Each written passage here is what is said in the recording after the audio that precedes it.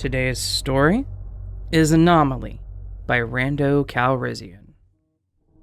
The dark, yellow sun spilled over the canyon walls and into its valleys, giving light to a pink and burnt orange sky.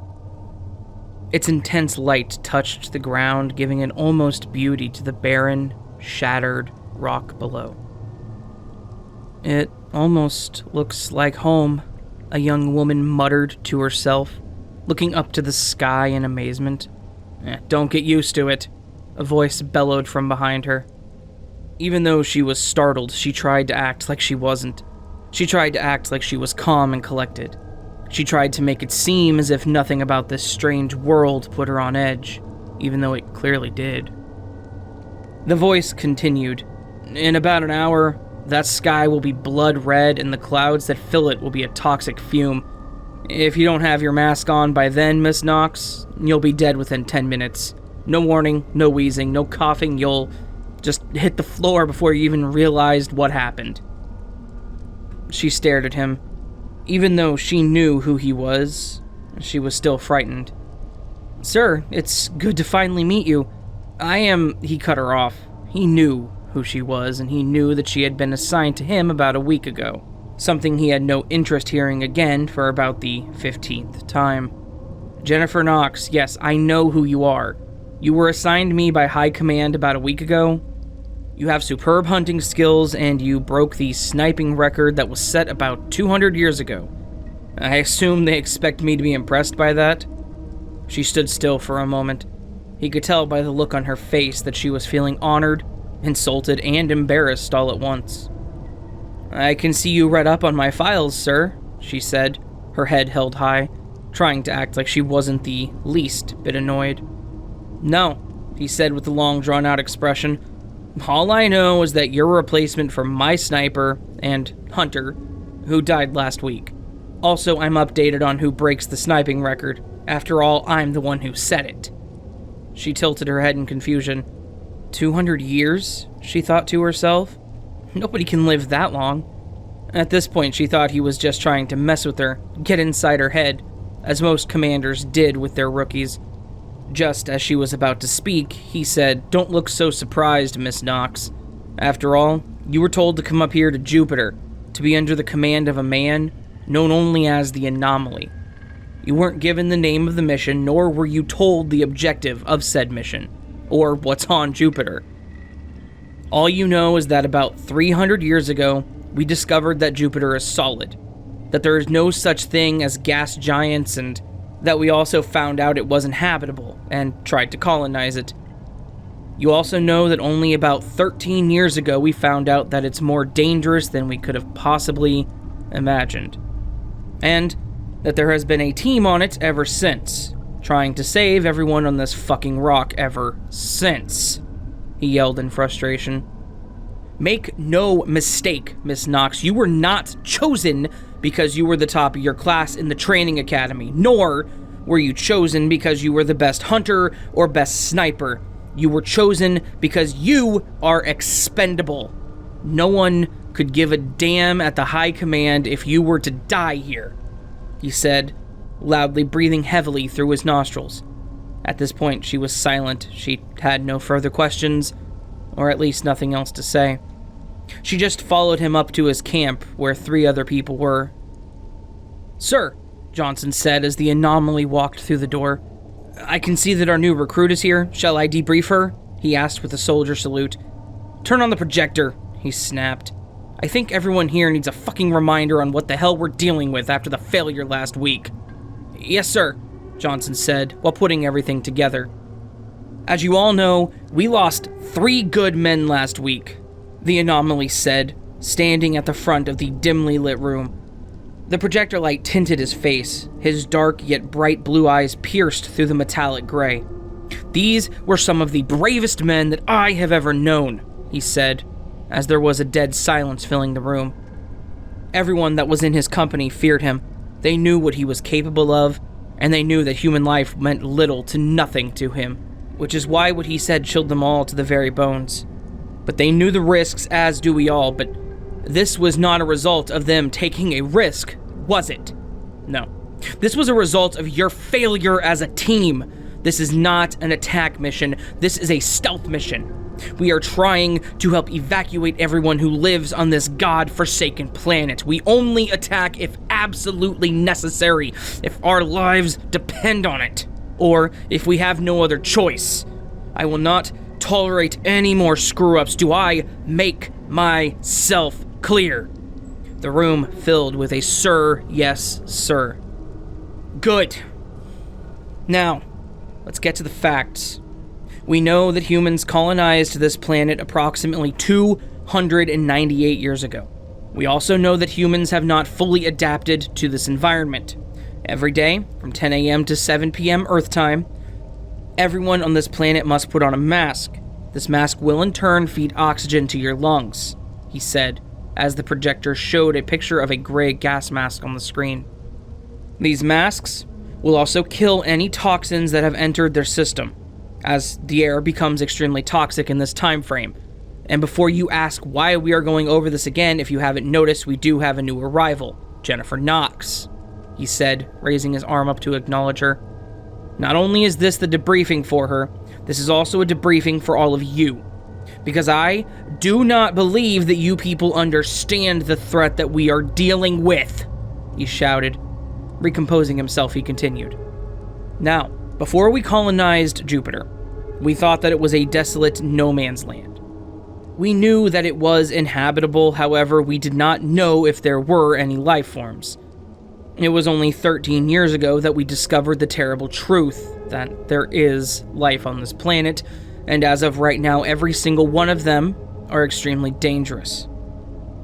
Their code names are zombies, werewolves, and vampires. We call them this because they have similar traits to the mythical creatures that are on television screens on Earth. First life forms, zombies. We call them this because they have been known to consume human flesh. However, this is not their primary food source. Make no mistake that these are not like the zombies you see on your television at home. No, these are much more dangerous and much more deadly creatures. Unlike the zombies on TV, these zombies do not travel in packs. However, it's not uncommon or unheard of to see 3 or 4 traveling together at one time.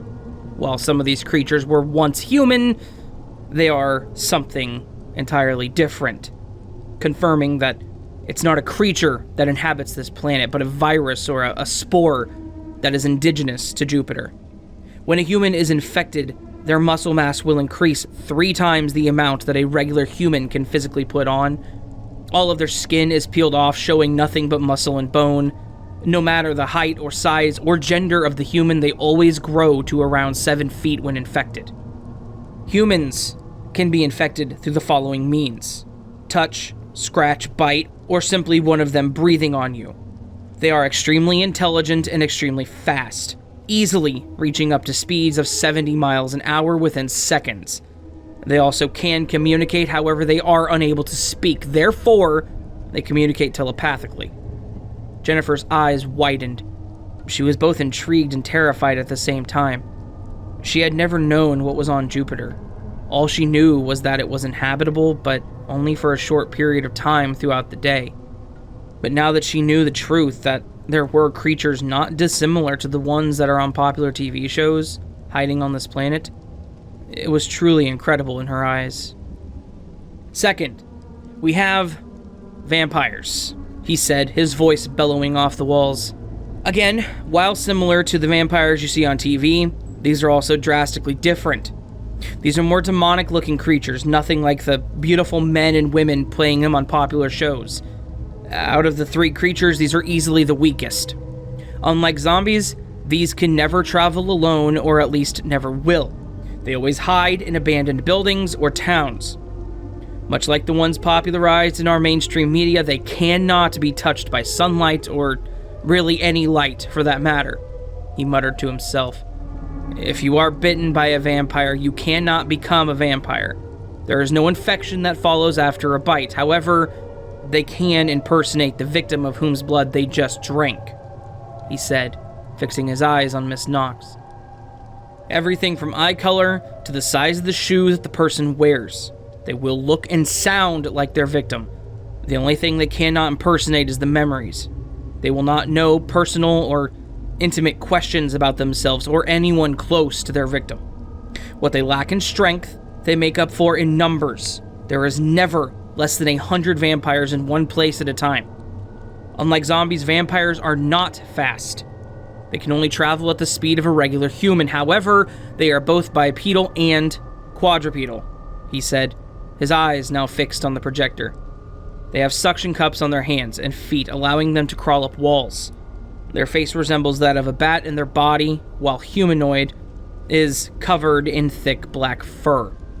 However, if touched by the light, their fur will shed an exposed, bright, transparent skin. This skin will melt away if the light is on it for long enough. Again, it doesn't matter what kind of light they are exposed to. Anything ranging from the sun to a 5-watt flashlight can kill them, he said softly. It is important to note that vampires are most dangerous when they are impersonating a human. This not only protects them from light, but will allow them to infiltrate and possibly kill everyone in a particular area. It is not yet confirmed whether these are indigenous to Jupiter or whether they are aliens from a different planet. Nothing about their physical features, other than the fact that it seems they are able to breathe Jupiter's air, would suggest that they are indigenous to this planet, he said, turning around and facing his company. And lastly, we have the werewolf. Although not as dangerous as the zombie, it is much stronger, however not deemed as a threat. It is extremely territorial, nothing more. As far as we know, there can only be one of them at a time. It has since been confirmed that this is indeed indigenous to this planet, because as soon as one is killed, one is immediately born from the ground. However, this must be avoided at all costs. When a new werewolf is born, it is born stronger, and whatever killed it cannot kill it a second time. This leads us to believe that the werewolf can reincarnate itself. However, this is not yet confirmed, as the werewolf does seem to lack any memory of its past life. Now this concludes our briefing, he said, turning off the projector. For the next 30 minutes, I want you all to get associated with Miss Knox. Afterwards, I wish to speak to her alone in my quarters. Dismissed. Again, the room filled with yes, sir. Jennifer got herself acquainted with everybody. However, it didn't take long, as there were only 3 of them: Johnson, Joey, and Margot. Johnson was from Alabama. His thick southern accent filled the room, bounced off the walls, and back into her ears. Joey was from Boston. Jennifer found herself giggling every time he talked. When he did, all she could think of was a mobster from one of those old movies. But the one that really intrigued her was Margot. "Pleasure to meet you, ma'am," Jennifer said, with a half smile and a salute. "Please," Margot replied in her thick Russian accent while rolling her eyes. "There's no reason to call me ma'am, and there's no reason to salute me. If anything, you're my superior," she said, making eye contact with Jennifer. "Or at least the Anomaly sees it that way," she said, tilting her head to the side. Margot clearly didn't like the fact that Jennifer was there, but Jennifer couldn't help being intrigued by her. "You speak as if you know him personally, do you?" Jennifer asked. Margot sized Jennifer up, her eyes going up and down her body. "You could say that," Margot said while scowling. "He's as unpleasant as he seems. I guess I can't blame him. He's been through so much," Margot said. "But at the same time, it doesn't give you the right to treat your team and the person you love like shit," she said, looking back down at the floor. "I see. Can I ask you something, Margot?" Jennifer asked, with one eyebrow raised. "Why do they call him the Anomaly? As far as I'm aware, no one here even knows his name." "That's because we don't," Margot replied. "And if you want to know why, you ask him yourself. He doesn't like other people talking about his personal business," she said, her eyes moving back up to meet Jennifer's. "In fact, you'll have a chance to ask him soon. After all, you need to go meet him in 2 minutes," she said, developing a smirk on her face. Jennifer walked into the room slowly. The Anomaly was sitting and waiting patiently for her. "The reason why I asked you in here is because you need more debriefing," he said as she walked closer to him. She noticed something in his hands. "The only reason I debriefed you all at once is because those fucking people obviously don't understand what the hell they're doing. he said, fiddling with the vial that was in his hand. What is that? Jennifer asked, as her deep blue eyes examined the bottle. Vampire venom, he said. He threw it to her. I thought you said a bite can't turn anyone, she asked, her voice filled with confusion. Well, they can't. Then what's the venom for? To demobilize. Makes it easier to feed, he answered. His tone was cold and almost lifeless. So it comes from their teeth? And claws. Their claws can extend to be 3 feet long, he said, sitting on his couch and drinking a glass of whiskey. 3 feet? Jesus, how big are these things? She asked, finally taking her eyes off the vial. Yeah, that's the thing, he said, taking another sip. They can only get to the size of an average human, around 5'10" to 6 foot tall, he said while examining her. What? She asked, feeling uncomfortable. You want to know something? What is it? He asked with a smirk. Yeah, why the hell are you telling me this? Oh, that's not it, he protested. It's something about me. She swolled. She was frightened. Frightened of what he might do if she asked. Why? She softly asked. Why what? Why do they call you the Anomaly? He chuckled. Wouldn't you like to know? Yeah, I would, she said firmly, although shaking where she stood. Because I'm immune. Immune to what? Life, and all the death that surrounds it. What's that supposed to mean? It means I can't die, he hissed. It means I can't age past my prime. It means I can't be burnt to death or drowned. It means I can't be pulled apart by the vacuum of space or be crushed by the pressure of the Mariana Trench, he said. There was something in his voice that almost sounded sad. It means I can't be infected, poisoned, stabbed, shot, or have my head chopped off. Does that answer your fucking question? He said, slamming his glass of whiskey on the table, cutting his hand only to have it instantly heal. But the pain, he said softly, with a single tear running down his face. He glanced over to Margot. The pain of dying over and over again, of having people you love die while you... the pain of having people you love die while you live on. That, he paused, that is something I am not immune to. He got up out of his chair and started to walk away, when he stopped and said, By the way, we're going to a town called Crescent Moon. It's crawling with vampires, thought to be overrun. Then why are we going there? She asked, her curiosity returning to her voice. Because there's a confirmed survivor count of 35, and we're going to get them out. She started to breathe heavy. All he did was smirk and add, Welcome to Jupiter, Miss Knox. Get comfortable, because this place, it's going to become your grave. Night fell quicker than she expected. Jennifer wasn't sure if days moved quicker on Jupiter, or if the pure shock of everything she just heard caused her to not feel the perception of time. Either way, it didn't really matter. How fast time moved on Jupiter was the least of her concerns. It was getting closer and closer to the time they had to depart to Crescent Moon. Not only a place that she had never been, but a place she had never even heard a description of. Were all places on Jupiter the same? Filled with canyons and valleys, with dark red and brown rocks? Or were there places that looked just like Earth, with beautiful dark green grass, tall brown trees with limbs that people could climb and break off, and leaves of every shape and size with a variety of beautiful greens, reds, and browns? Or was every place on Jupiter different, something that she couldn't think of in her head, because she never seen it before? There was no way of knowing until she saw it for herself. This both intrigued her and terrified her. As the mission grew closer, everyone was instructed to go down to the weapons vault. She followed, staying close to Margot. You were right, Jennifer whispered in her ear. About what? Margot responded, trying to keep her voice quiet as her thick Russian accent made it very difficult to whisper. Jennifer pointed to the one known as the Anomaly. About him? Jennifer snarled. Nothing about that man is pleasant, Jennifer added. Margot chuckled under her breath.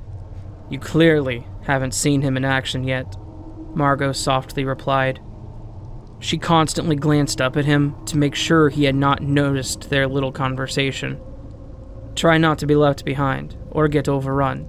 He will not hesitate to let you die, Margot said, glancing up at him one more time. We'll talk later.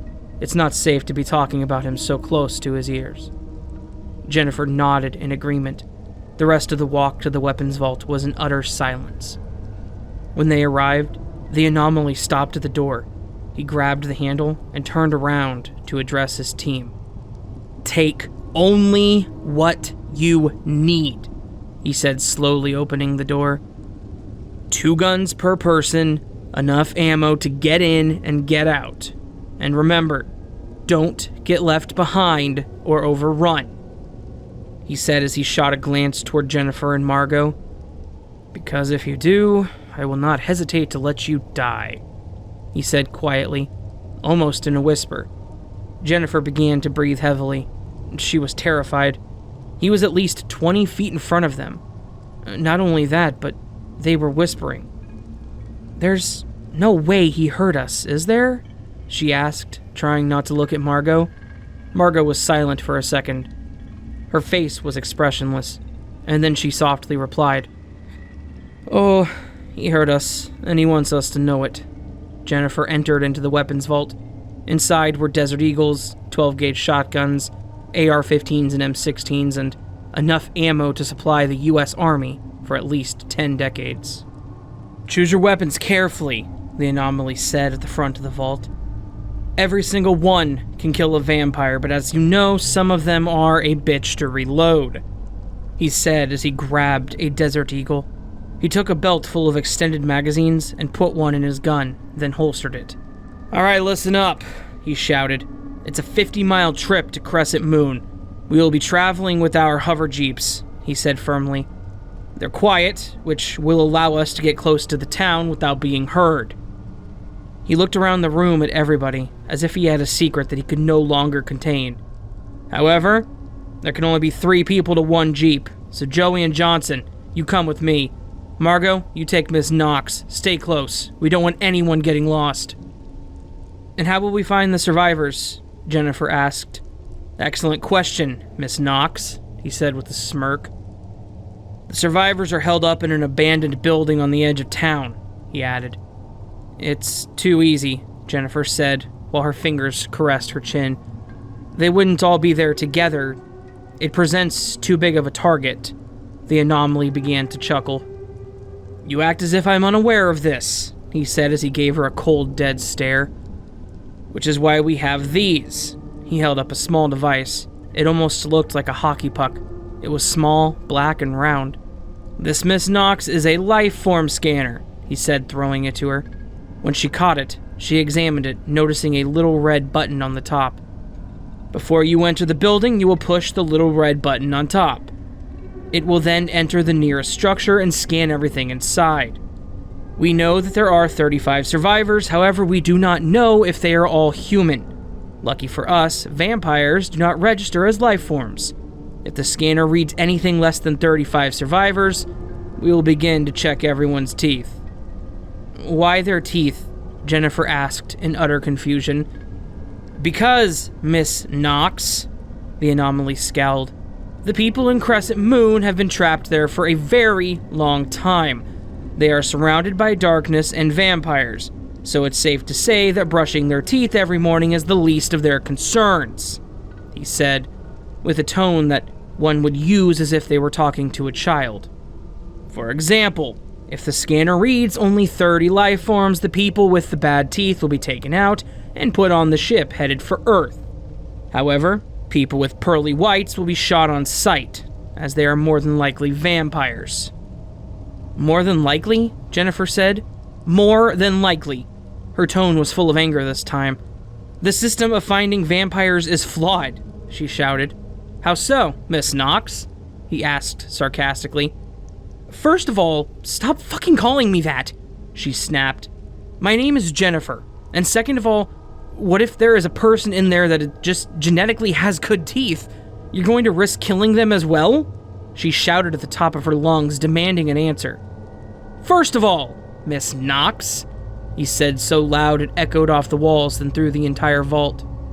I will call you whatever I damn well choose, and second of all, to ensure the safety of all the survivors, and to make damn well sure that one of these things doesn't make its way back to Earth, yes, he yelled.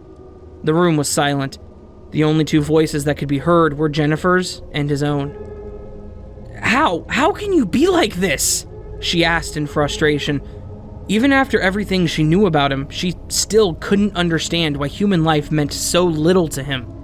Please, she begged, don't do this. He stared at her. His bright blue eyes pierced her very soul. He looked at her how a lion looks at its helpless prey. We have a job to do, Miss Knox, he said softly. No matter the cost. She shook her head in disbelief. She now knew there was no negotiating with him, no way to make him see her side. So instead, she simply looked at him dead in the eyes and said, You're a monster. The Anomaly simply laughed, and then said, Well, then it's good to know I'm not alone. This comment alone made her quiver. Nevertheless, their argument was finally over, and they began their journey to Crescent Moon. And this was the first time Jennifer got to see what other parts of Jupiter looked like. She was shocked to see that the rocky canyon part their base was on only extended for 3 miles. Past that, there were beautiful lakes and rivers. The still water was crimson red, similar to the blood-red sky.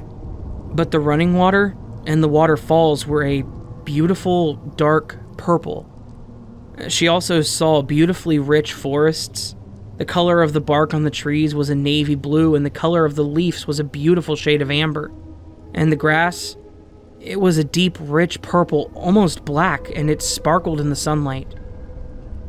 It's so beautiful, Jennifer said to herself. She chuckled a little. It's a shame it's so dangerous.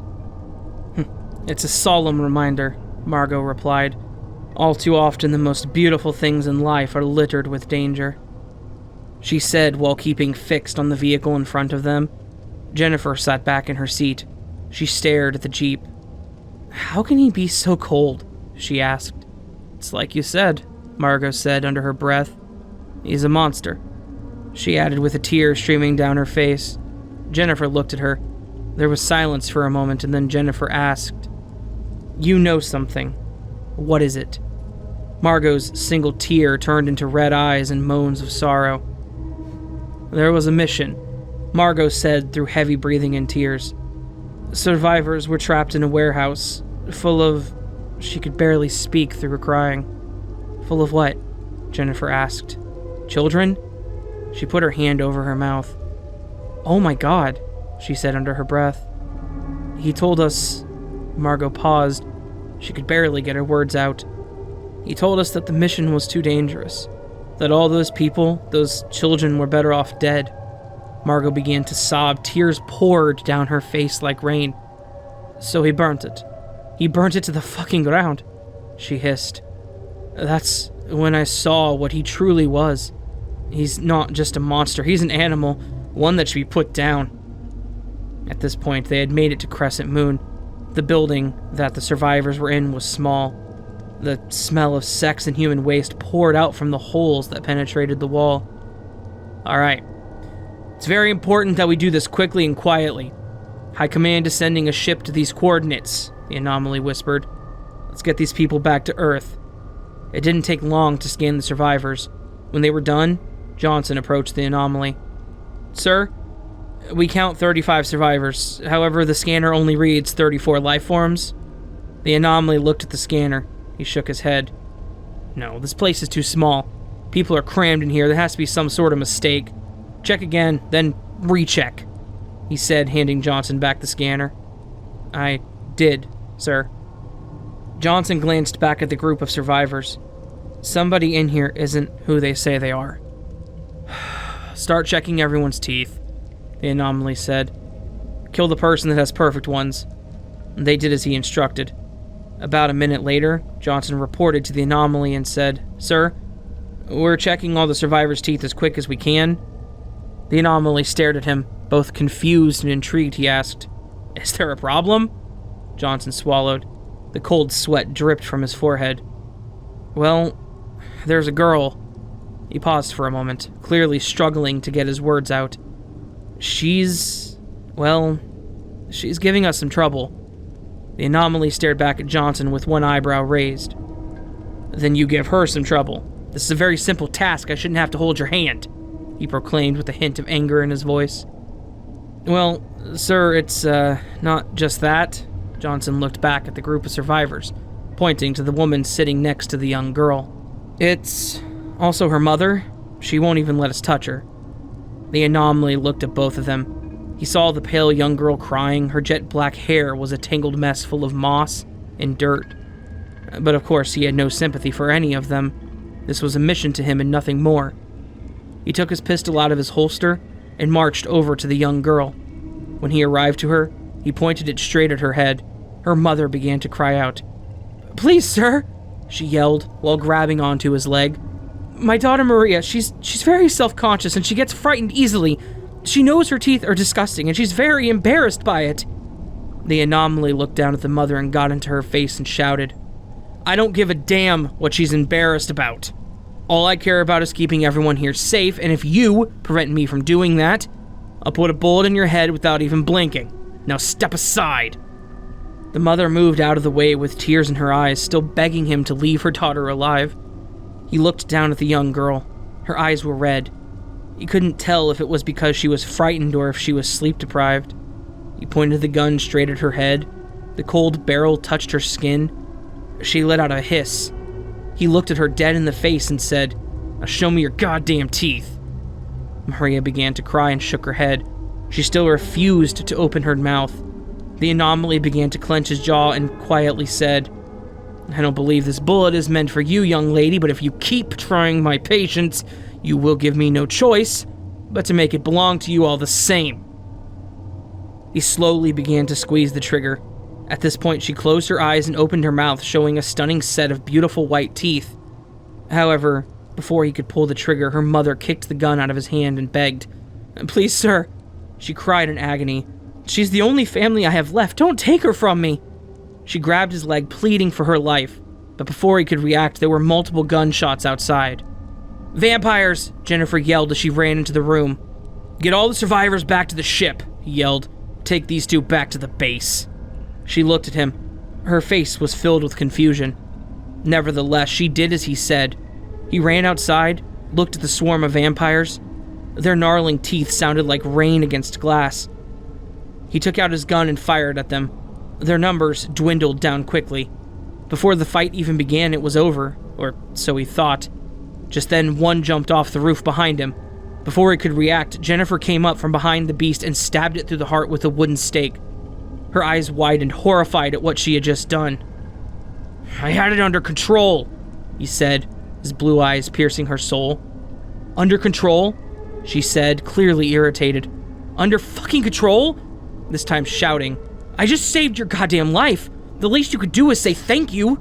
Her breathing was heavy as she stared at him. He stared back, his expression blank, his composure calm and collected. He took a deep breath and said, "How right you are." Jennifer stared at him in confusion. She didn't know whether to be frightened or thankful, so she just stayed on her guard, nodding her head as if to accept the thank you.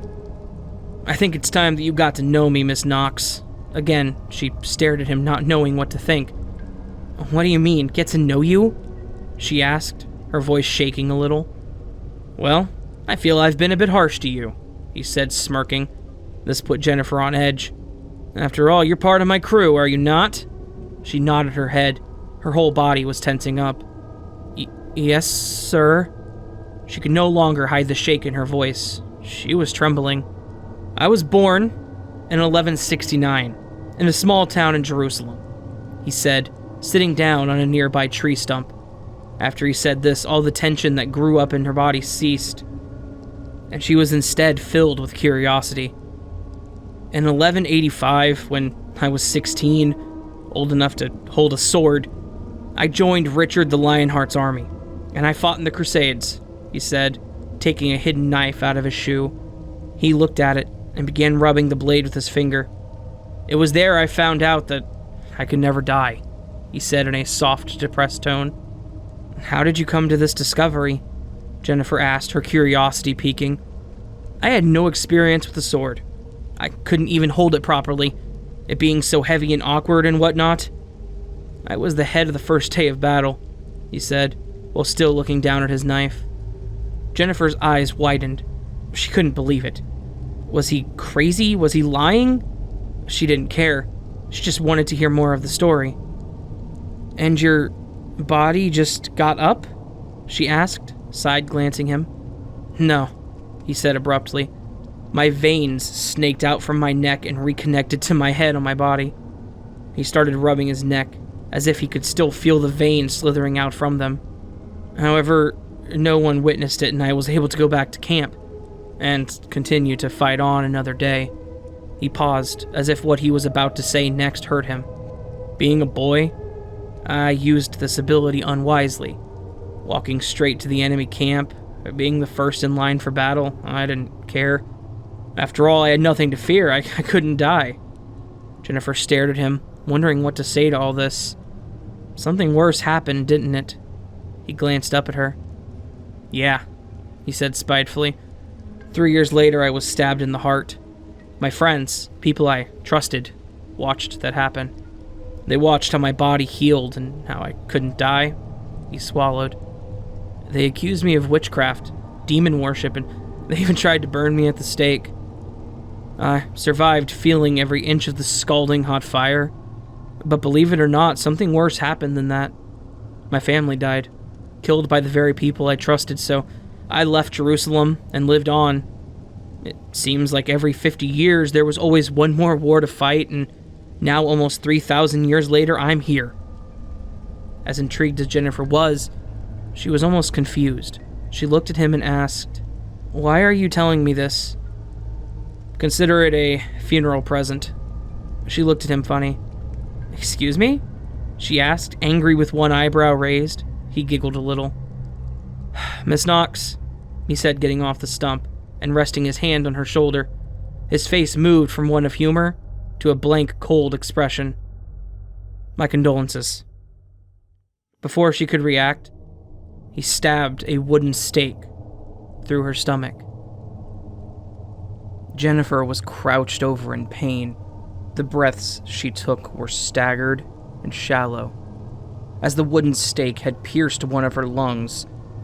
However, through her pain and her shallow breaths, she managed to mutter out a laugh. It was light and barely even audible. "When?" she said, well wincing in pain. Her voice was shallow, almost as if she had gotten the wind knocked out of her. "When did you find out?" The Anomaly just stared at her and smirked.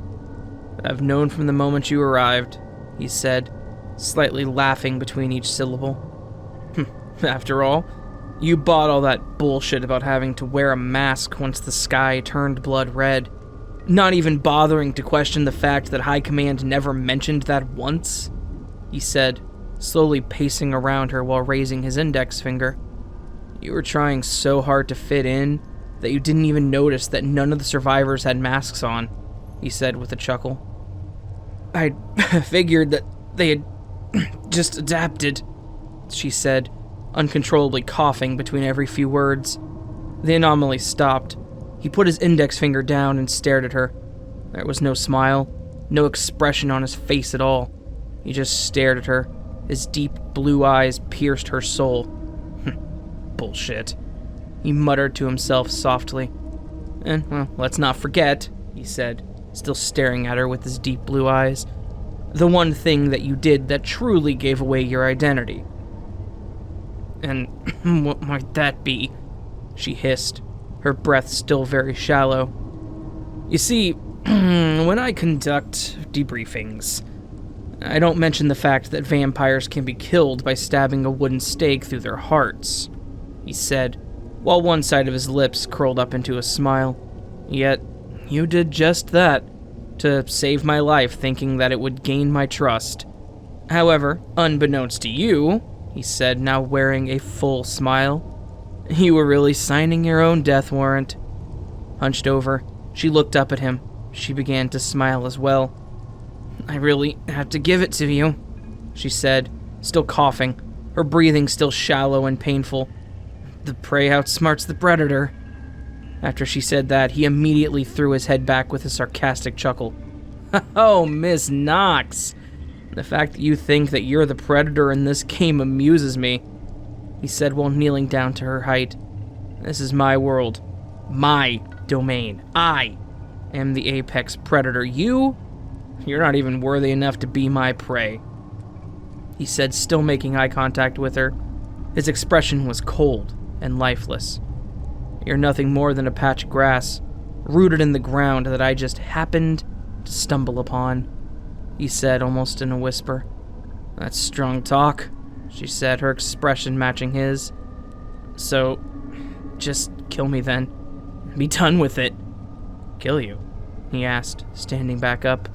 Oh, no, he said, sounding empathetic, although it was clearly sarcasm. I'm gonna keep you alive for just a little bit longer. After all, I need information. What kind of information? She hissed while looking at him. Simple, he said as he began to pace around her once more. You see, your kind has plagued Earth since the 1800s, he said, raising his index finger again. And all I need to know is, where did you come from? And more importantly, why did you come from there? She looked up at him. She began to snarl as her eyes filled with hate. He stopped pacing to look down at her. So, here's how this is going to go. I ask you 2 simple questions, you answer honestly, and I end your suffering. However, if you answer with a lie, I will increase your pain. The choice is yours, he said. He then knelt back down to make eye contact with her. Fuck you, she snarled.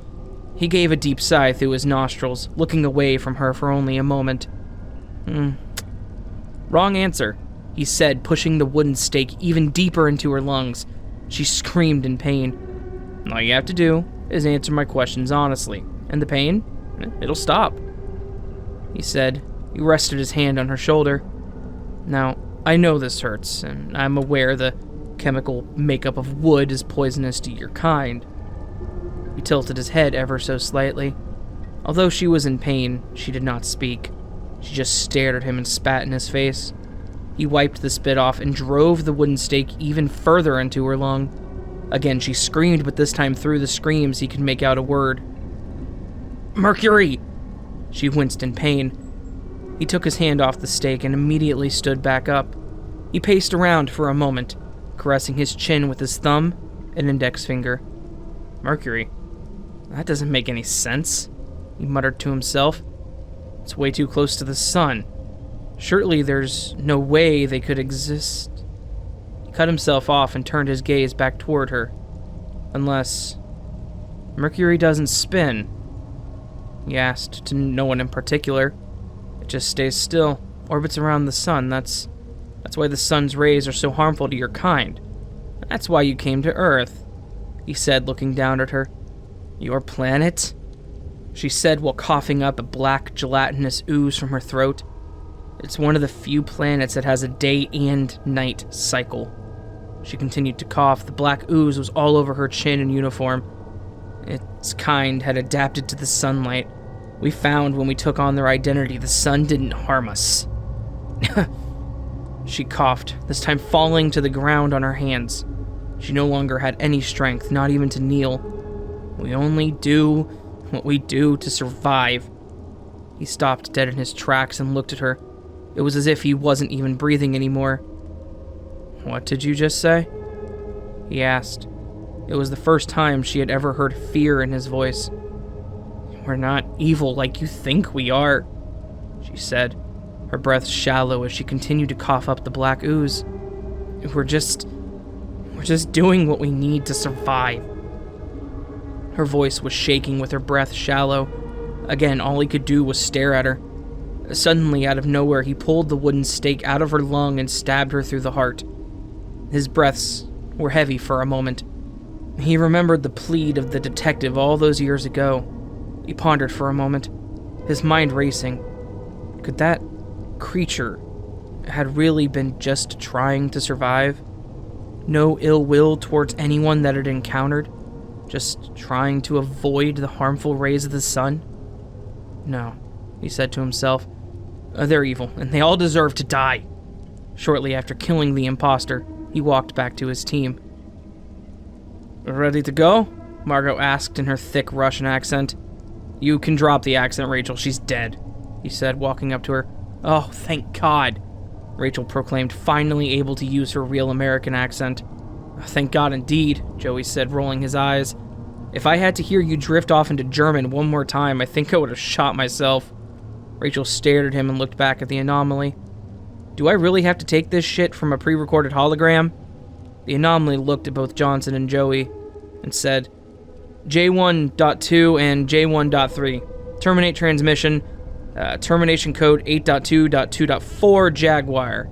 The two men standing next to Rachel that had been seeming so lifelike suddenly disappeared into nothing. They're right, you know, he said, picking up his gun that he had dropped on the ground and putting it in his holster. Right about what, Arthur? She snapped. You need to work on your accents, he said, turning back around to look at her. You almost blew your cover several times. Oh, piss off, Arthur, she said, rolling her eyes at him. I'm sick and tired of doing this stupid accent every time we get a new recruit. Why? You have a problem with protecting your team? He asked, this time with a more frustrating tone and walking closer to her. That's not what I meant, Arthur, she said, matching his aggravation in her tone. It's your damn paranoia that I can't stand. Every single time we get a new recruit, you get 2 pre-recorded holograms and me. You tell me to fake an accent and a name and keep close eye on whoever High Command sends up here, in fear they might be a vampire and try to kill all of us, she said, breathing heavily. Don't you see how ridiculous that is? Ridiculous, he asked quietly to himself. Ridiculous? He repeated this time, shouting at the top of his lungs. I'm trying to save the human race from extinction, he proclaimed in frustration. Oh, bullshit. You just don't trust anyone. It's that lack of trust that got Sarah killed, she yelled. Do not bring her into this, he hissed through his teeth. Why not, Arthur? She asked. Blame yourself for what happened? I said stop, he muttered in anger. You sent her to her death, she hissed. Stop, Arthur repeated, angrily hissing through his teeth. It's your fault she was overwhelmed. It's your fault she was torn to pieces by zombies, she yelled, tears now streaming down her face. At least I was trying to warn them, to save their lives, but your pride got in the way. You never loved her, she yelled.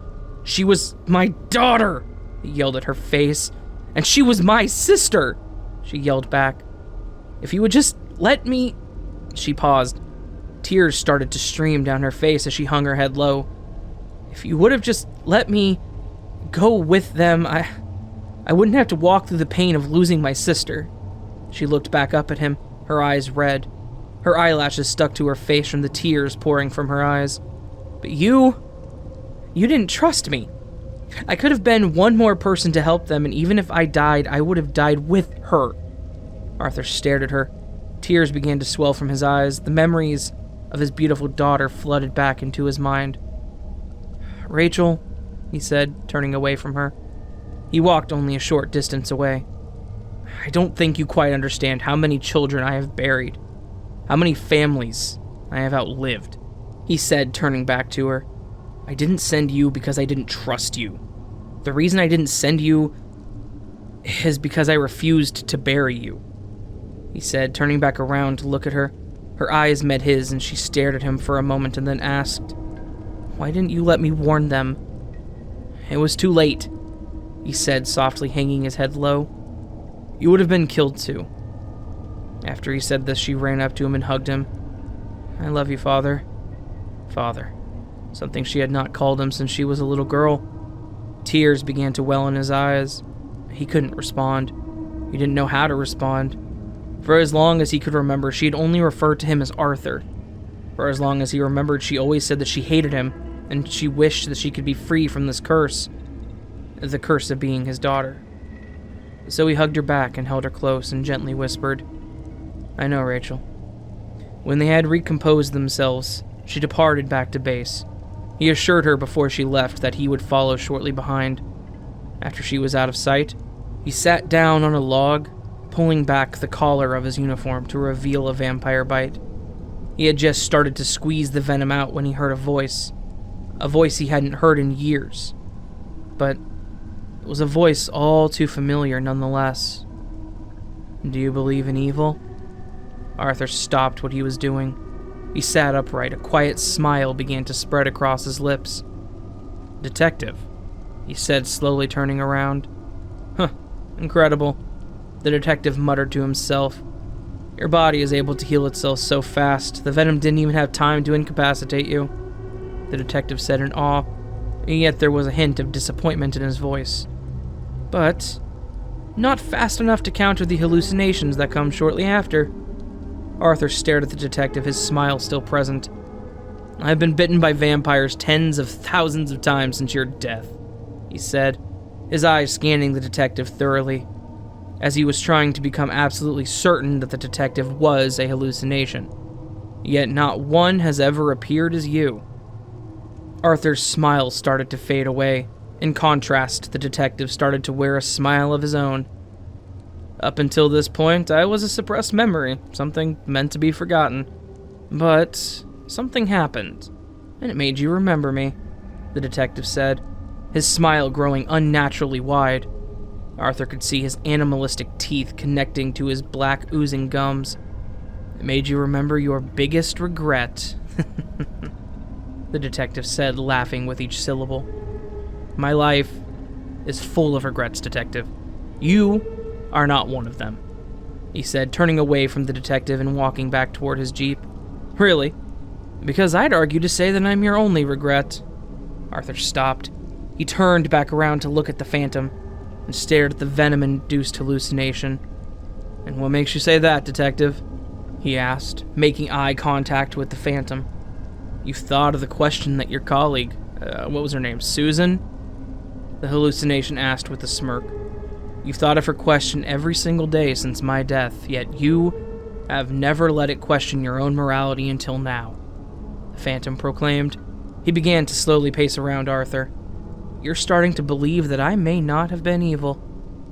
"No, please, you killed an innocent man," Arthur said as his gaze followed the hallucination. "How was I supposed to know he was innocent?" the phantom asked. "How was I supposed to know he was a good man? How were you supposed to know that I was evil?"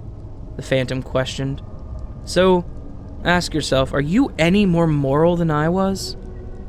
"I don't have to," Arthur stated. "I'm not about to argue my morality with a ghost."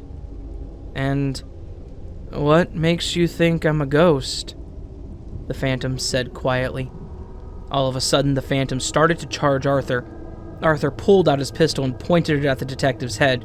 Then, like wind blowing away shreds of paper, the phantom disappeared without a trace. Darkness surrounded Arthur. It came down like a thick, black fog, so thick that he couldn't even see his hand in front of his face or his shoulders that held up his neck. Yet, he felt at peace, calm, like nothing else mattered except him and the darkness. But then, just as quick as it descended upon him, as quick as it engulfed him, it began to vanish. Shimmers of light danced around his face, and he could hear faint voices across from him. One was clearly Rachel, and the other... Impossible, he silently thought to himself. The voice belonged to Jennifer, but how? He had killed her. He drove a wooden stake through her heart. Was it possible that it was all part of his hallucinations? Visions brought on by the vampire venom in his system? No, he thought silently to himself. It couldn't have been hallucinations. It couldn't have been a vision. Because there's one important detail that he never considered until this point. I was never bitten.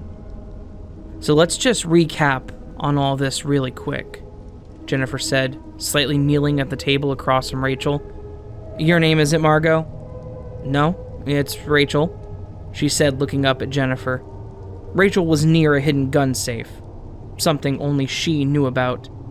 It was easy access to very powerful guns. She didn't trust Jennifer.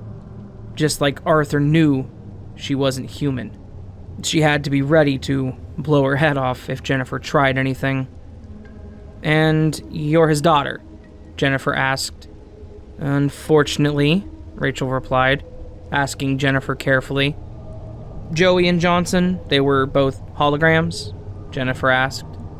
"Yes," Rachel replied. "Usually used for tactical purposes to gain the upper hand on the enemy." "I see," said Jennifer as she caressed her chin. "And Arthur, he was born in the 1100s, correct?" Jennifer asked. Rachel gave an awkward chuckle. Her eyes were still fixed on Jennifer. "Who on earth told you that?" Rachel said, her body becoming more at ease. "He did," she said, pointing to Arthur. A slight chuckle could be heard in her voice. "You shouldn't believe everything you hear," Rachel replied. "If you ask him again, I guarantee he'll give a different answer. Trust me, I, his own daughter, have heard everything from born in 2012 to born in the 1st century," Rachel said. She laughed in between each of her sentences. "Ah, I see. He likes his privacy." "No, he just doesn't fucking trust anyone," she said, walking over to Arthur and examining all his bites. "Is he going to be okay?" Jennifer asked. She looked over at Arthur.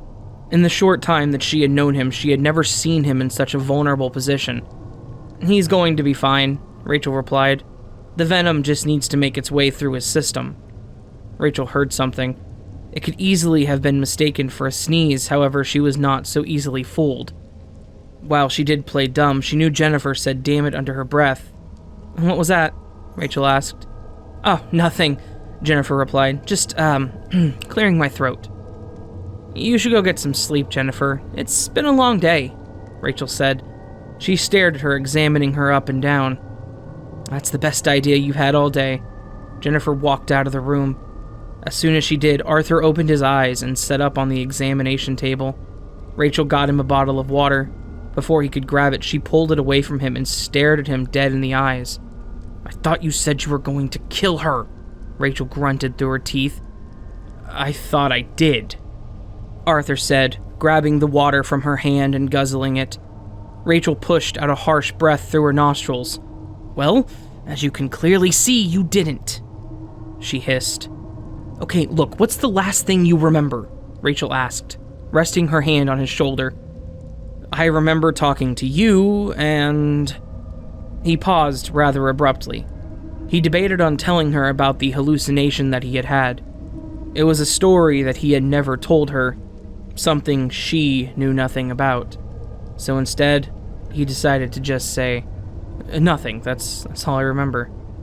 "Well, you clearly were hallucinating," she replied. A hint of anger could be heard in her voice, "because we never spoke." "Then, what the hell happened?"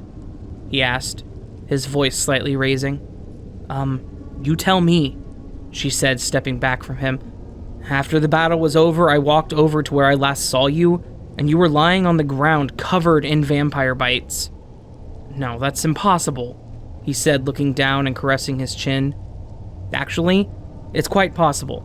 It's not like you haven't been knocked out before by vampire bites," she said, her eyes following him as she paced around the room. "No, it's impossible," Arthur shouted. "And how is it impossible?" Rachel asked, matching his tone. "Because I was never bitten." Rachel looked at him shocked. She had been around him long enough to know when he said something, he meant it. He had never been wrong at all in his life, so why start now? "But you have." She looked back at all the bite marks. They were gone. "That's not possible." Just as she said that, a voice came out from behind them. "Actually, it's quite possible," the voice said. Rachel and Arthur both looked up to see Jennifer in the doorway, an evil smirk resting on her face. "You'll have to forgive me, I've never been the best at highlighting certain details."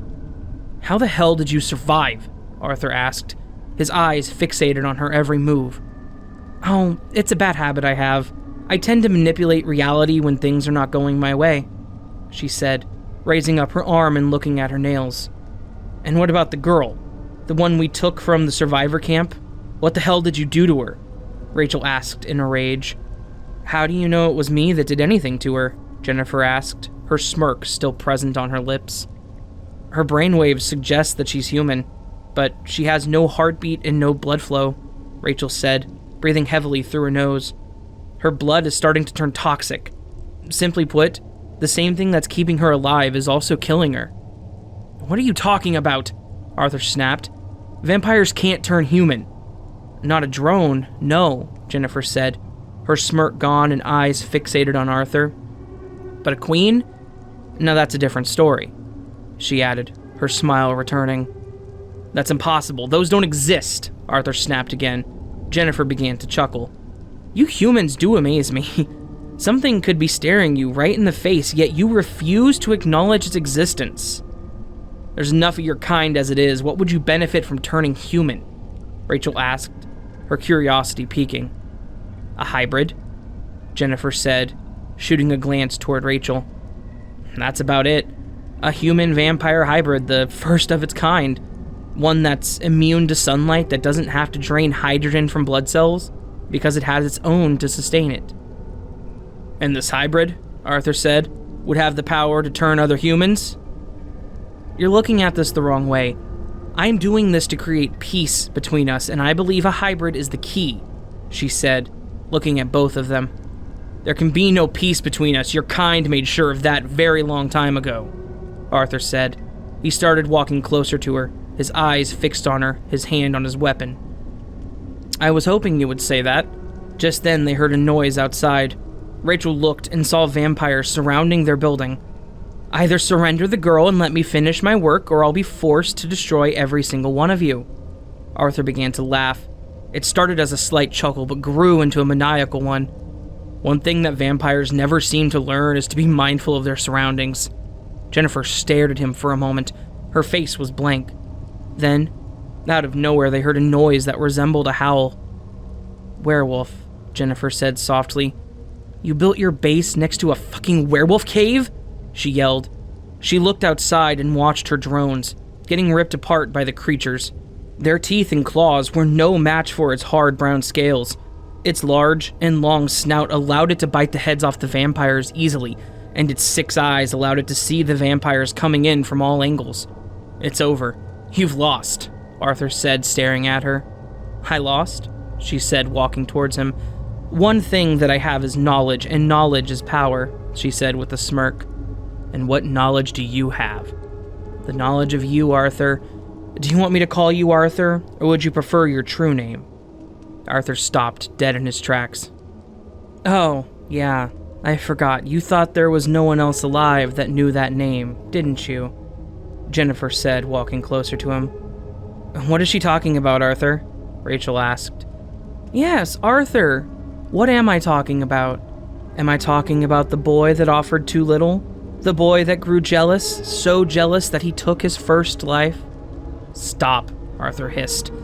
The boy that lied to his father? Stop, he hissed louder and more aggressive. The boy that will have to hide that mark for as long as he lives? Jennifer said, gritting her teeth. Enough, he shouted, taking a small wooden stake out of his buckle and jamming it through her heart. Jennifer simply smiled. Her skin started to break apart, revealing a disgusting, deformed, bat-like creature with wings that spanned 7 feet in length, legs that bent backwards at the knee, and teeth that could cut you just by looking at them. The end of her wings were sharp, and she stabbed Arthur through the chest with one of them. He screamed in pain. He looked back at Rachel. Get the girl and get out of here, he shouted. But she could only get one word out before he yelled back. Do as I say! Rachel nodded and ran out of the room. Arthur reached in his belt and took out a small metal device and hit the button on the top. A machete formed from the device. He used it to cut off the queen's wings. She screeched. He pulled out the part of the wing that was still lodged in her chest, and with the stab in her eye, he ran to find Rachel. She was still in the room with the young girl, Maria. Maria sat there crying, her mother drained of blood. Rachel could be heard telling the girl that it was all right in her ear. Maria looked up at Arthur in fear. Please, I was just so hungry. Arthur stared at her. Get her to her feet. Bring her to the escape tunnel. We can't afford to kill her or leave her here. Rachel nodded. As soon as Maria got to her feet, Jennifer bust through the door. Her wing was still lodged in one of her eyes. She pointed to Maria and screeched, "That's mine! Give it back!" Arthur picked up the young girl and began to run toward the exit tunnel. "What the hell are we supposed to do about that thing?" Rachel yelled as they were running. "Yeah, I'm working on it," Arthur yelled back. Just as they were about to reach the escape tunnel, Jennifer was able to gain on them. She crawled over the ceiling and in front of the escape tunnel. "I can't kill you, Arthur," she hissed, "but I can make you watch." As her claws extended from her fingers, a giant wooden spear was driven through her body. She fell on her knees. Her body started to turn gray, and a reptilian creature stepped out from behind her. He looked at all of them, held out his hand, and said, "We must go, now!" In the escape tunnel, they jumped to their boat and began their descent. "What the hell are you?" Arthur said, staring at the creature. "I'm a Samedian," the creature said in his thick, strange accent. "The planet that you call Jupiter, my people call Simic," it said, staring at all of them. "How can you speak English?" Rachel asked. "It's a skill that my people have. We hear language and can instantly pick up on it," it replied. "It was smart of you to build your base near Dragon's Den. They can rip through vampires like roots rip through moss." "Dragon?" Rachel asked in confusion. "Yes, the beast that ripped apart the vampires. That is what my people call them. Dragons," it said, looking confused, as if what he had said was common knowledge to everyone. "We call them werewolves," Arthur said, sitting up and getting closer to the creature. "Why choose now of all times to reveal yourself?" "We have been watching you from the shadows," the creature said. "There are very few of us left. We didn't know if we could trust you. The spore has wiped out most of us," it said with a hint of sorrow in its voice, "and for that, we had stayed hidden." "The spore?" Rachel asked in confusion. "The creature you call zombies. It's a deadly spore that grows in the blood forest. It's what killed most of my people," it said as it hung its head low, "and the dragon no doubt has drawn them to our position." "You still didn't answer my question," Arthur said in frustration. Yes, I was getting to that," the creature said. "But when we heard the news of a vampire-human hybrid, we had no choice but to emerge from the shadows," it said, looking up at Arthur. "You must keep the child hidden at all times. She will be hunting her." "But you just killed her," Maria said, finally joining the conversation. "No, my dear, you cannot kill them," it said, shooting a glance at her. "So what do we do?" Arthur asked. "We find an alpha dragon. Legend says that it can kill them." "Why do the vampires need to create a hybrid?" Rachel asked. "To destroy what's on the other side of their planet." "And what's on the other side?" asked Arthur. "The Wendigo," the creature replied. The end of the escape tunnel led into a dense and thick forest, a place where they could easily be hidden. "We cannot stay here," the creature proclaimed. "And not only will the Queen follow this tunnel, the spore will find it as well, attracted by the noise and the chaos," it said, pointing its long, scaly finger down the tunnel. "Then where do you suppose we go?" Arthur asked. "The child is sick and needs medical attention. We must bring her back to my people," it said, rubbing Maria's forehead. "We will not be able to heal her, however. We can provide her with blood to keep her from growing rabid." "How do we know we can trust you?" Rachel interjected. "You can't. But I'm the only hope you have," the creature proclaimed. Arthur and Rachel were silent, and they looked at each other as if they were silently debating. "Show us the way," Arthur exhaled. No, Rachel snapped. "Arthur, we don't know anything about these things. For all we know, he could be leading us into a trap," she said firmly. "And what other choice do we have?" Arthur asked in frustration. "Soon, this forest will be swarming with zombies," he shouted. His words echoed through the forest. Maria covered her ears and winced in pain. When the creature saw this, it hurried over to her in what seemed to be a panic.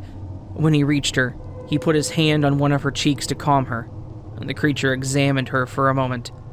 "How long?" Creature asked quietly. How long has she been like this? Creature asked again, this time more abruptly. How do you mean? Rachel asked, her tone confused and worried. She has no control over senses, the creature explained, which means the transformation process is not fully complete, so I will ask you again. How long? It asked, looking back at them, its eyes wide and its face full of fear. We found her like that, Arthur proclaimed.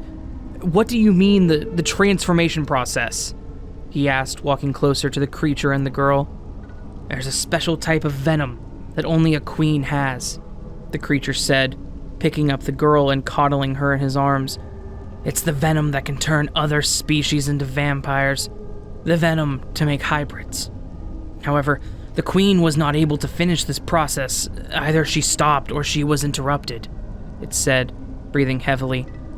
If we don't get this girl to my people now, she will not only become a danger to us, but a danger to herself and everything on Simic. Without another moment of hesitation, they followed the creature to its people. The forest was thick and dense, with bushes as sharp as knives, strange insects the size of a human hand, and various creatures scattered throughout the forest. Finally, they reached an underground tunnel that led straight to the creature's people. Arthur, Rachel, and Maria were met with glances and whispers. My people, the creature said aloud when he reached the middle of the underground cave. These last 400 years have been hard, the creature proclaimed. There is no doubt that because of the spore, we are now part of an endangered species. When the creature said this, its people hung their heads in sorrow. We were once a fierce and noble race, reduced to little more than scavengers and rodents. But soon, with the help of the humans, we will take back what is ours and take back Simic, it said, raising one fist in the air. But first, the humans need our help. This girl, the very girl that I carry in my palms, the queen has attempted to make a hybrid out of her. However, she did not complete the process, the creature said, holding her out for its people to see. Give her to the queen, and let the vampires go back to their own war on their planet, an old, frail female creature said in the crowd. If we help the humans, they will help us destroy the spore, the creature reiterated. The vampires do not concern me at this moment in time.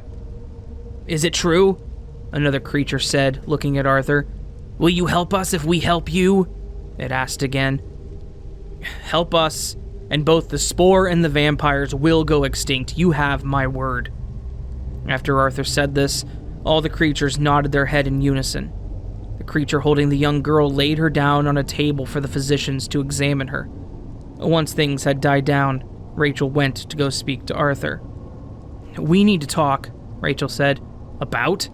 Arthur asked, looking up at her as he was sitting down on a rock protruding from the wall. About what Jennifer, that thing, said back there. I don't know what you mean, Arthur said, pulling a knife out of his shoe and examining it. Don't play dumb. You know exactly what I mean, Rachel shouted, pulling the knife out of his hand. All that stuff about your true name, what the hell did she mean? Rachel said, her eyes getting red with a single tear coming out of them. You've lied to me so much throughout my life, at least grant me this one truth. The truth is nothing, he said, standing up. She was playing a mind game and nothing more, he said, looking at her with disappointment in his face. I don't believe you, she snarled. Believe what you want. Fact of the matter is, He was cut off abruptly. Maria was screaming on the operating table. Both Arthur and Rachel raced over to her. They found her with two creatures holding her down and her hands over her ears. It hurts! It hurts! Maria kept shouting. What the hell is going on? I thought you said you were going to help her, Arthur shouted at the creature. We're trying to, the creature shouted back. Her senses are overloading. Her body doesn't know if it should reject or accept the venom. Isn't there anything you can give her to make her calm down? Rachel yelled, trying to hold the girl down. They're coming, and we're all going to die, the girl screamed. As soon as she said this, she passed out. What the hell is she talking about? Rachel yelled in frustration. She heard something. Something closing in on our position, the creature said in fear. She's delusional. She doesn't know what she's talking about, Arthur snapped back. Don't be so certain, the creature proclaimed. As I said, her senses were overloading. She can hear, see, smell things from miles away, it said, its eyes locked on his. Do you have any weapons? Arthur asked. Yes, but nothing like yours, it answered.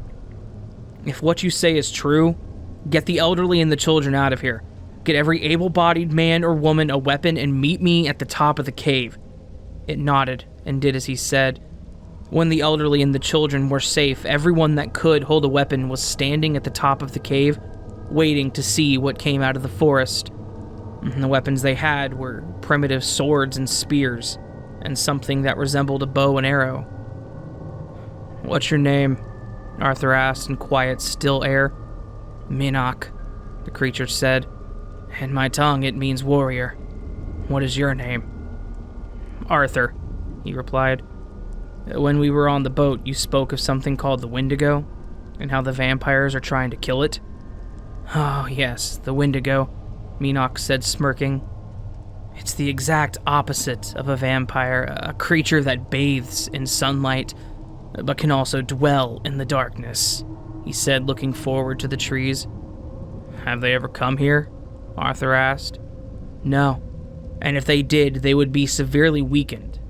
They can only live close to the sun, it said, looking back over to him. I see. Let me ask you something else. Why did the Queen choose her?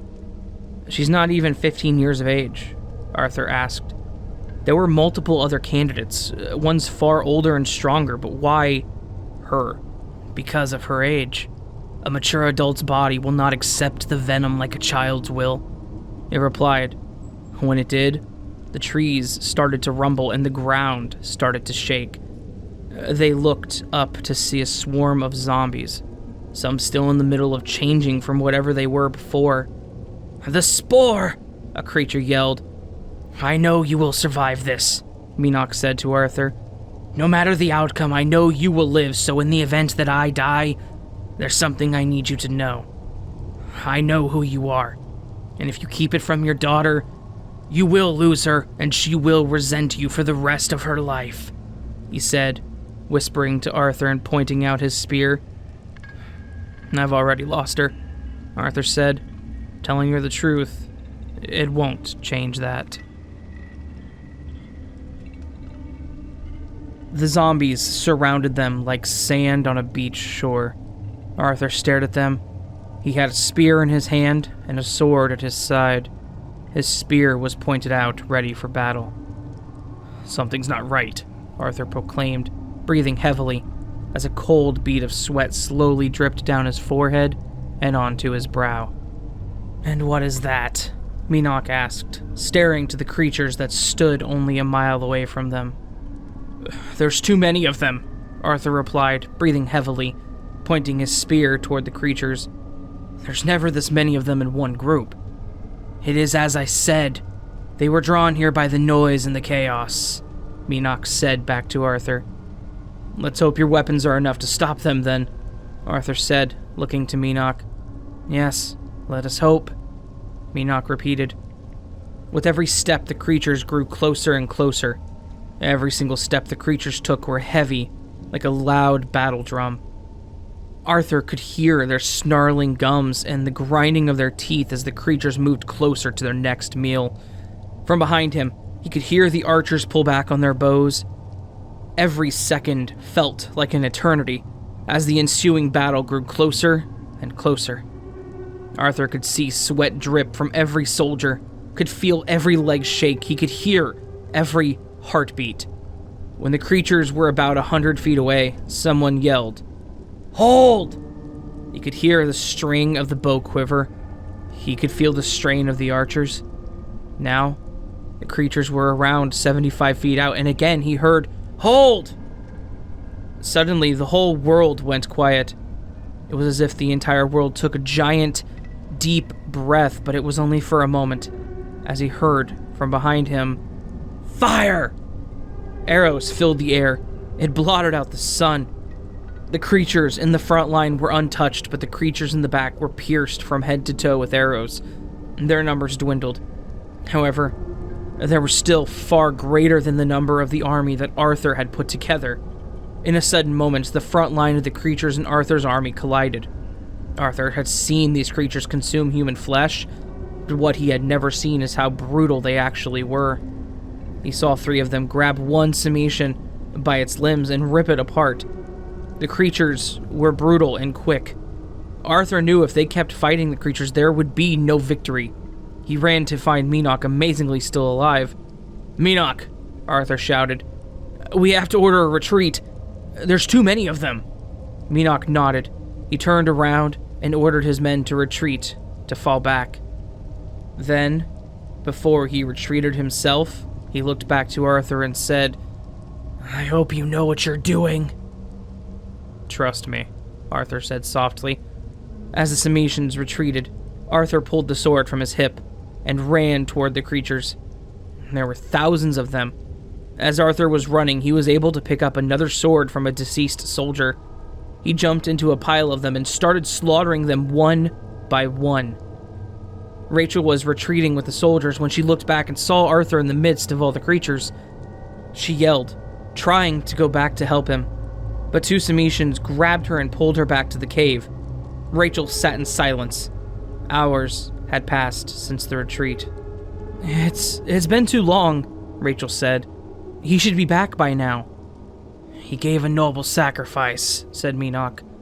"No need to be frightened, no need to mourn. His sacrifice will earn him a place among the stars." "My father is many things, Menoch," Rachel replied, looking down as she fiddled with a knife in her hands. "Noble is not one of them." Just then, the stone that covered the cave swung open. A silhouette stood in the now illuminated tunnel. The silhouette slowly started to walk towards the cave. As it grew closer, it became more abundantly clear that it was Arthur. As he came into view, they all noticed that he was covered in thick, red blood. His clothes were tattered and scratches covered his body. "You're alive," Rachel said as he walked past her. He turned to look at her and nodded. He looked at Menoch and threw him his blood-stained sword and said, "We need to talk." Menoch took him to a place where their conversation could not be heard. "What do you need?" Menoch asked. "How the hell do you know who I am?" Arthur asked. His tone was abrupt and angry. "I wasn't sure at first," said Menoch, "but after seeing all the things that you're capable of, all the things that you can do, there is no denying it." Arthur looked up at him and stared. Menoch continued. "Legends are told of you throughout the galaxy. I wouldn't be surprised if they're told throughout the universe. The man who cannot die." "Do those legends tell what happened? What I did to get like this?" Arthur asked. His words were sharp as he pointed to himself. "I'm aware of the mistakes that you made," Menoch replied. "But what you did here today, it outweighs all of that." Arthur simply nodded. When they had walked back to the rest of the group, Maria was awake and holding her head. "I'm sorry, I just can't." "You have nothing to apologize for, my dear," Menoch said, cutting her off. He rested his hand on her shoulder. "You cannot control your senses. Not yet." "What happened?" Maria asked as she looked at Arthur. "Why are you covered in blood?" "Zombies," Arthur simply replied. "Thousands of them." "And you fought them alone?" she asked as her eyes widened. "I didn't have a choice," Arthur replied. "There's always a choice," Maria proclaimed. "No, not always," Arthur reiterated. "That's enough for now," Menoch said softly. "The child needs to rest. She needs all of her strength." "For what?" Rachel asked, looking up at him as she was still sitting. "The girl's transformation might not be fully complete," he said firmly. "However, she has turned just enough to hear her queen's call," he proclaimed. "You're suggesting we use her to find the queen?" Rachel asked, standing up. "Yes," Menoch said. "And when she serves her usefulness, we dispose of her," Arthur chimed in. "Dispose of her?" Rachel asked in disgust. "Kill her. Incinerate her. Drop her off the edge of a cliff. I don't care what we have to do, as long as she's dead, Arthur snapped back. You will do nothing of the sort, Minoc said, raising his voice. She is an abomination, Arthur said, turning his head towards Minoc. She's just a child, and she has just as much of a right to live as you do, Minoc said, walking closer to him. She's more of a monster now than she is human, and she will turn on us the first chance that she gets, Arthur said in frustration. We don't know what she's capable of. What if she had the power to create more hybrids just like her? Your people are on the brink of extinction. How are you supposed to defend against that? He said, getting in Minoc's face. If we believe that there's even a 1% chance that she's our enemy, we have to take it as an absolute certainty, he said, breathing heavily. If you lay one finger on her, our alliance will be broken, Minoc said quietly, matching Arthur's frustration. And believe me, that will not prove to be a wise decision for you, he said, looking Arthur directly in the eyes. Fine. But if she tries anything, I will not hesitate to drive a wooden stake through her heart. Understood, said Minoc. Now, if you don't mind, let's get to the real business.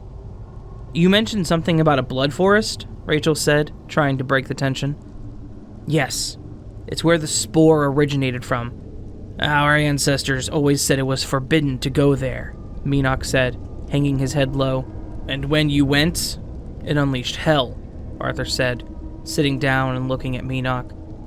Precisely, Minoc said. How do we find it? Rachel asked. It's 2 days south of here.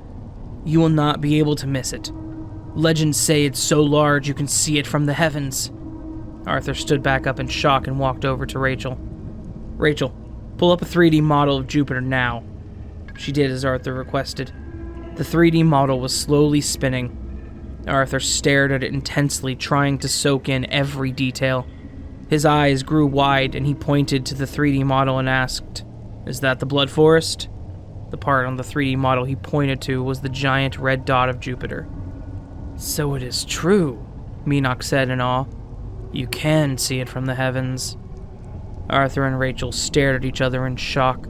Arthur looked back to Minoc and said, I don't think you quite understand what exactly we're dealing with here. My plan was to simply burn down the forest, but burning down this forest would be no easy task. This forest is the size of 3 Earths, Arthur said, pointing to the 3D map. Then my people are doomed, Minoc said, falling against the wall and accepting defeat. You were our last hope, he said, looking up at Arthur. Arthur knelt down to his level and simply stared at him for a moment. Look, I didn't say it was impossible. I said it wouldn't be easy, Arthur said quietly. I look into your people's eyes and I see fear. The fear of not knowing what tomorrow will bring. The fear of losing those they love to this creature. The fear of losing their souls. But I promise you, you and your people will live in that fear no longer. I will go to Blood Forest. I will rain hellfire on the creatures that have taken your world. And your people will remember this day as the last time they had to live in fear of tomorrow. Minoc looked up at him. He grabbed the arm that Arthur had offered him and stood back up. See? That it is, Minoc said. Arthur nodded. Rachel and Arthur gathered what they needed, food, weapons, and anything they could carry. Before they left, Arthur looked at Minoc and said, The girl's coming with us. If you move her, she might die, said Minoc. And if we keep her here, she puts all of your people's lives in danger, Arthur proclaimed. Very well, said Minoc. He motioned to his men to give them the girl. Before she left, they gave her what looked like a clay jar with a lid. And what is this? Maria asked as she held it in her hand. Sterilized blood, Minoc replied. It will keep your strength up during the journey, but use it sparingly, he said to her. I will. Thank you, she said as she walked away. May God be with you. Arthur, Rachel, and Maria slowly made their way to the Blood Forest. The days were hot and long, with various different terrains throughout. Some were forests, Others were long stretches of desert. They had been walking for 2 days straight with no rest whatsoever. Maria was tired and faint. "I don't know how much longer I can keep this up," she said, stumbling over herself. Rachel turned back around to comfort her. "I know, sweetie, but it's not much further now," Rachel said, resting an arm on her shoulder. "Here, I'll carry you the rest of the way." "No," Arthur said abruptly. "That won't be necessary. We camp here for the night," he said, taking off his hiking bag and putting it down on a log. The place they had stopped was a small wooded area. "Why stop here of all places?" Rachel asked, her voice filled with confusion. "Because the Blood Forest is straight across from us," he said, pointing to an opening in the woods. Rachel looked in awe as she saw tall, blood-red trees with blood-red leaves and blood-red bushes surrounding it. "Well, I see now why they call it the Blood Forest," Rachel said with a slight chuckle. Just then, all of the trees in the forest started to shake violently. However, the most unsettling part of all this was that there was no wind, no breeze to even speak of. Maria covered her ears as the noise to her was deafening. "Why the hell is it doing that?" Maria yelled. Arthur just simply looked at the blood forest and softly said, "Because it's alive, and it knows that we're here to kill it." The forest shook violently. The noise emanating from it was so loud that it caused Maria's ears to bleed. "Arthur!" Rachel panicked. "We have to get her away from here. The exposure to this noise could kill her." Arthur stared at the young girl. She was holding her ears and screaming, begging to make the noise stop. "No," Arthur said calmly. "What do you mean, no?" she yelled. "She's just a child, Arthur. Can't you just let go of your bitterness and hatred for 1 second and help her?" Arthur just simply stared at Rachel. "If you care about her so much, then you move her," he said, raising his chin ever so slightly. Just then, the chaos in the forest stopped. It was still and calm. The only sounds that could be heard was their own breaths. "What the hell is wrong with you?" Rachel said, grabbing him by the shoulder and gritting her teeth. "Get a fire going," Arthur said, pushing her hand off of him. "It's going to get cold tonight." Night fell on them like a thick blanket. The only thing to illuminate them was the light of their fire. Rachel took first watch. Maria sat on a log close to the fire trying to warm herself up. She looked up and saw Arthur staring at her. He was like a lion stalking his prey. No breathing, no moving, just a cold black stare. "I know what you're waiting on," Maria said with a slight shake in her voice. "And what's that?" he asked. His expression was dead. His tone was lifeless. Fear spread throughout Maria's body with each passing second. "You're waiting for me to indulge, to gorge myself, so that you can prove to yourself that I'm the monster you suspect me to be," she said, trying to act brave. "I don't need to prove anything to myself," he said, slightly leaning forward. "I saw your mother on the ground, dead, drained of blood. You killed her because you were hungry. You've already gorged yourself. You've already had your fill.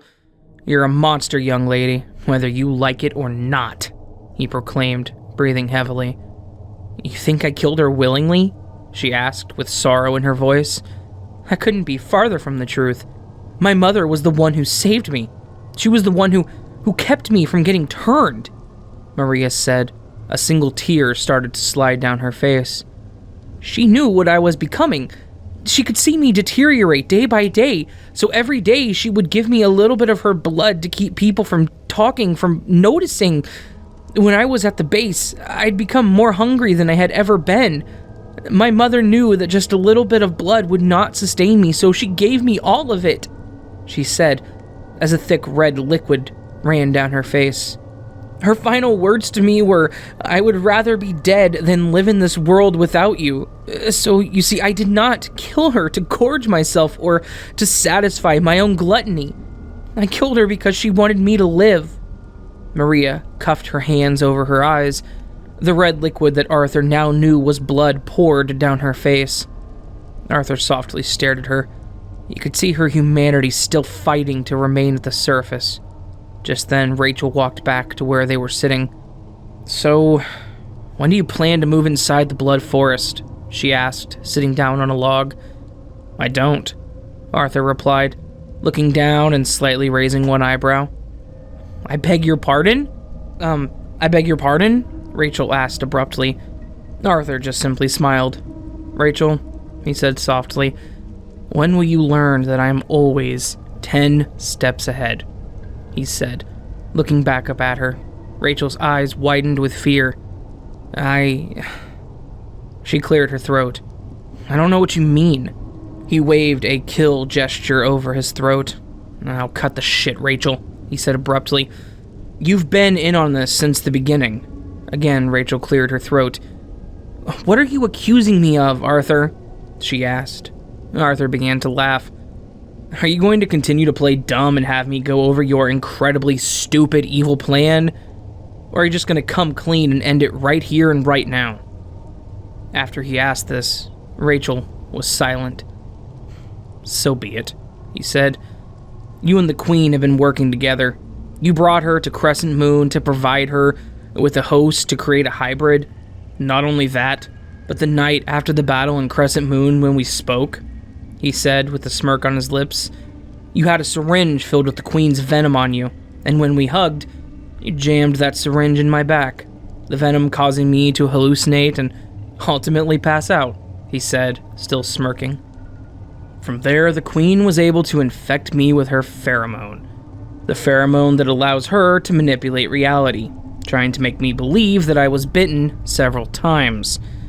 Then, you found the creature indigenous to this planet, the Semetians, a dying and doomed race. You had them feed me the sob story on how they were once a noble and feared race, and how the spore reduced them to little more than rodents. And now they want me to kill it. Of course, knowing all this, I promised to burn down the Blood Forest," he said. Again, Arthur began to laugh. "But of course, you can't burn down the Blood Forest. I know this because I've already tried," he said quietly. "If you knew all this then, why even come here?" Rachel said, standing up and putting herself in a guard position, ready for anything. "You know," Arthur said, caressing his chin, "I don't know what to be more disappointed about. That you betrayed me, or at least tried to, or the fact that you think that I didn't know any of this," he said, looking up at her. "That's not answering my question, jackass," she said, pulling a knife out of her belt. "The answer to your question is for 2 reasons. 1, it was always important for you to believe that you had the upper hand. And 2, she led me right to them," he said, smirking.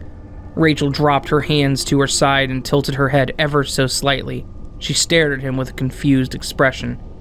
"Led you to them? What in God's name are you talking about?" she asked. "Wow, Rachel. You really didn't think this through, did you?" he asked, chuckling. "Think about it. Have you ever known me to stop and camp out anywhere? Even when we've been walking for an excessive amount of days?" he said, standing up and staring at her. "After all, she's one of them now. It's in her nature to go to her queen." "Oh my God. We're in their nest," she said, slightly backing up with fear in her voice. "That's correct," he said with a sigh. "You know what? I think I've decided what I'm more disappointed in, and it's that you tried to betray me," he said, as he started to pace around her. "Because you didn't do it to kill me, because you know you can't, nor did you do it to gain the upper hand in some sort of conflict, because you and I were not enemies. No, you did it for one reason and one reason only, to find out my identity," he said with the look of utter disappointment. "Can you blame me?" she said with a slight chuckle. "All I've heard from you my entire life is lies. I just wanted to hear one goddamn truth," she said, at the top of her lungs and pointing her finger down to the ground. Arthur put his hand on his hips and looked down. He softly said, "You don't understand. I don't think you've ever understood, Rachel scoffed.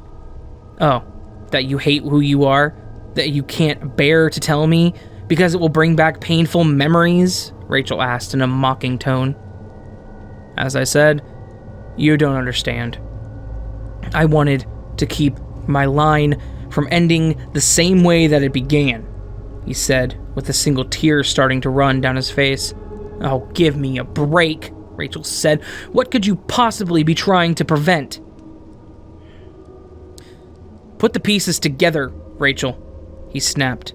The boy that offered too little, the boy that grew jealous, so jealous he took his first life, the boy that lied to his father, the boy that hides his mark.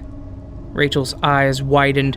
She began to slowly back up as a single tear ran down her face. Oh my God, she said, softly cuffing her hands over her mouth. I know who you are. I know who you are, she said, beginning to cry.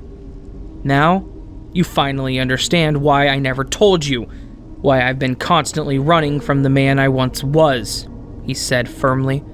My line, my legacy began with betrayal, and now because of what you have done, it will end with it as well, he said, turning away from her.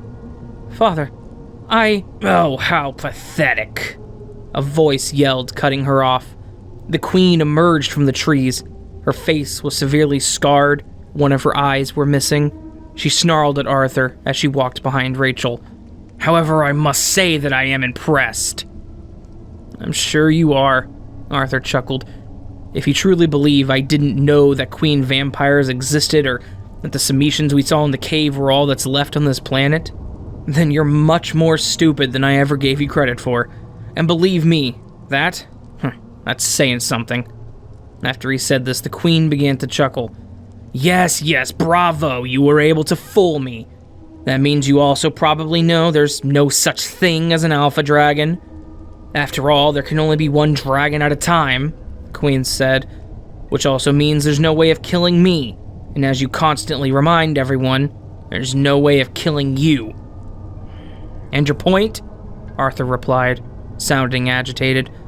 My point is there's no sense in fighting. A battle neither of us can win, she said with a mocking tone in her voice. So give me the girl and be done with all this. Arthur began to laugh. Oh my God, neither of you seem to get it, do you? He said, throwing his head back in the air. As I've said before, 10 steps ahead, he said with a smirk. What did you do, Arthur? Rachel asked with fear in her voice. Tell me, Rachel, what's the easiest way to cure a venomous snakebite? He asked, softly laughing. You make an anti-venom, she replied. Precisely, Arthur said. The queen then repeated Rachel's question. What did you do? Arthur held out his hand and opened his palm to reveal the vial of vampire venom he had originally given her when he first met her. You take away my world, I take away yours, he said with a cold expression on his face. Just then, both the queen and Rachel found out why Maria had been so quiet. They both looked up to see Maria convulsing and spazzing and turning back into the human she once was. No! The queen yelled as she stabbed one of her wings through Rachel's chest. She threw Rachel to the ground, then ran up to Arthur and stabbed him with her claws and wings. She pinned him to the ground. It's true, I can't kill you, but now I will take everything from you, and I will make you watch. Arthur just simply laughed, and with every shallow breath he said, 10 steps ahead. The queen's eyes widened. She looked up and saw Maria charging toward her with her claws aimed toward her heart. In one swift motion, Maria tore out the queen's heart and ended her. After she did this, all of the vampires gathered around Maria and bowed to her. Why are they doing that? She asked, looking at them all around her. Only a vampire can kill a queen, and now, you are their queen, he said. He walked over to Rachel's cold corpse. Maria looked down at her hands in both disgust and amazement. How did you do it? She asked, her hands shaking. Simple, Arthur said. After the battle with the spore, I pulled Minok aside and gave him the vial. He mixed it with a sterile blood that he gave you," he said, kneeling down to touch Rachel's forehead. "After that, it was simply a waiting game." "And you told her it wasn't anti-venom?" she said, looking back down at her hands. "Because you knew she would believe you." "Precisely," he said, picking up Rachel in his arms. "Well, come on, let's finish the job. Let's burn this forest down," she said, raising her fist up in the air.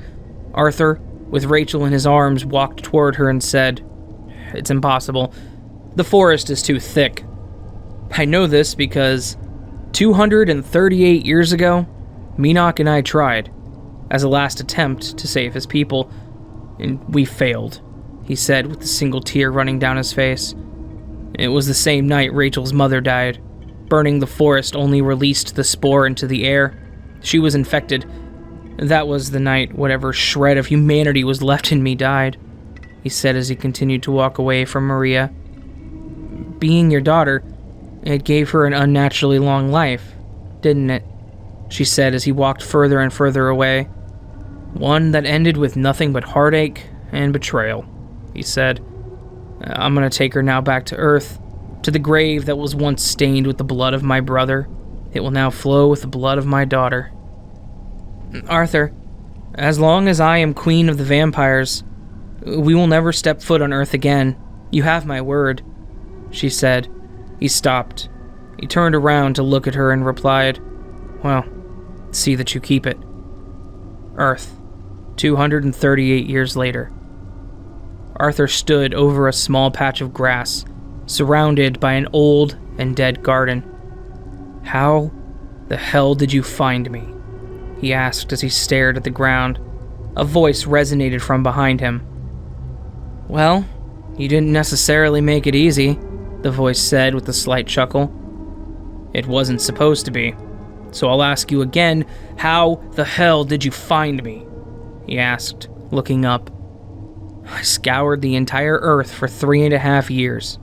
Luckily, for me, only one day has passed on my planet," the voice proclaimed. "What the hell do you want, Maria?"